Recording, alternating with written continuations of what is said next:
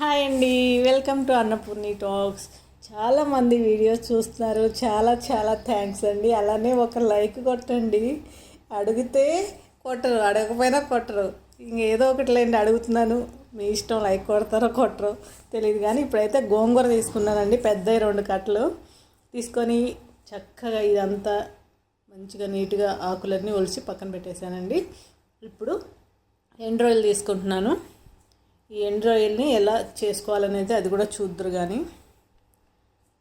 అంటే నేను తీసుకున్న గోంగూరకి ఇవి సరిపోతాయి అన్నమాట.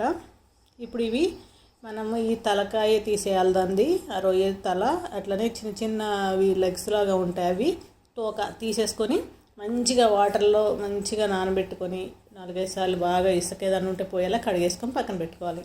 ఇప్పుడు కొన్ని పచ్చిమిర్చి తీసుకొని కట్ చేసుకున్నానండి. అలానే గోంగూర కూడా నేను ఎందుకు కట్ చేస్తున్నానంటే, డైరెక్ట్ మనం ఉడకపెట్టుకున్నాం అనుకో ఆకుల్లా ఉంటుంది, కాబట్టి మళ్ళీ మనం అది గ్రైండ్ చేసుకోవాలా, గ్రైండ్ చేసుకునే పని లేకుండా జస్ట్ ఇలా కట్ చేసేసుకొని ఇలా ఉడకపెట్టేసుకుంటే మనకి డైరెక్ట్గా కర్రీ చేసేసుకోవచ్చు.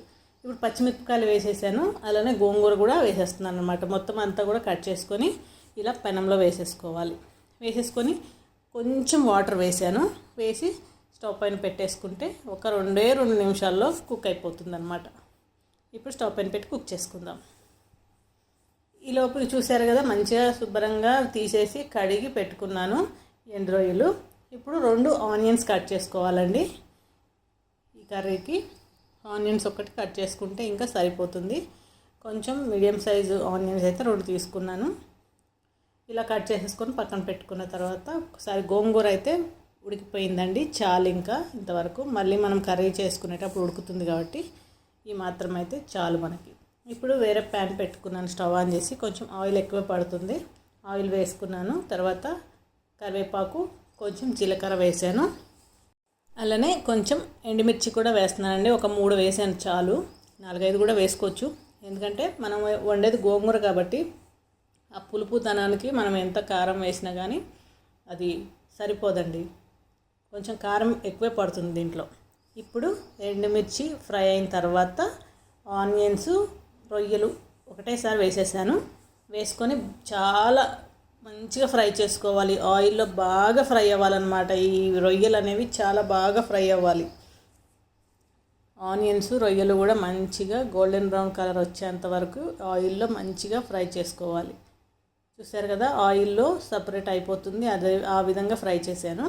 ఇప్పుడు కొంచెం పసుపు, 2 స్పూన్లు కారం వేసానండి.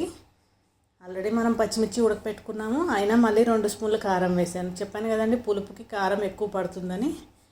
అలానే సాల్ట్ కూడా వేసేసి కొంచెం 1 నిమిషం పాటు ఆయిల్లో ఫ్రై చేసుకోవాలి. ఇలా 1 నిమిషం పాటు ఫ్రై చేసుకున్న తర్వాత మనం బాయిల్ చేసుకున్న గోంగూర వేసేసుకోవాలి. డైరెక్ట్ వేసుకొని మంచిగా ఈ ఆయిల్లో కలుపుకుంటూ ఏదైతే మనం రొయ్యలు, ఆనియన్స్ ఫ్రై చేసుకున్నామో ఈ కారం అదంతా కూడా ఈ గోంగూరకు పట్టే విధంగా మంచిగా మిక్స్ చేసుకుంటూ ఆయిల్లో మంచిగా కుక్ చేసుకోవాలి. ఒక 2 మినిట్స్ మూత పెట్టుకుంటే మంచిగా కుక్ అవుతుంది. ఇప్పుడు ఒకసారి మళ్ళీ మిక్స్ చేసుకున్న తర్వాత దీంట్లో 1 స్పూన్ ధనియాల పొడి వేసాను. ధనియాల పొడి వేసి కలుపుకున్న తర్వాత దీంట్లో కొంచెం వాటర్ వేసుకోవాలండి. కొంచెం వాటర్ వేసుకొని మనం కుక్ చేసుకుందాం. చూసారు కదా, ఆయిల్లో చాలాసేపు నేను దీన్ని కుక్ చేశాను. ఇప్పుడు కొంచెమే వాటర్ పోసాను, ఒక పావు గ్లాస్ వాటర్ పోసుకొని మొత్తం బాగా కలిసే విధంగా ఆయిల్లో మొత్తం ఈ నూనె అలానే వాటరు ఈ గోంగూర అంతా కలిసే విధంగా బాగా ఎక్కువగా కలిపేసుకొని ఒక 5 మినిట్స్ మూత పెట్టేసి వదిలేయాలి. ఇప్పుడు చూసారు కదా, మంచిగా కుక్ అయింది. సిమ్లో పెట్టుకొని కుక్ చేసుకోవాలి, మనం ఎక్కువ వాటర్ పోయలేదు కాబట్టి మాడిపోతుంది. అయిపోయిందండి, ఆయిల్ పైకి తేలి చక్కగా కుక్ అయిపోయింది. ఇంక స్టవ్ ఆఫ్ చేస్తే తినేయడమే.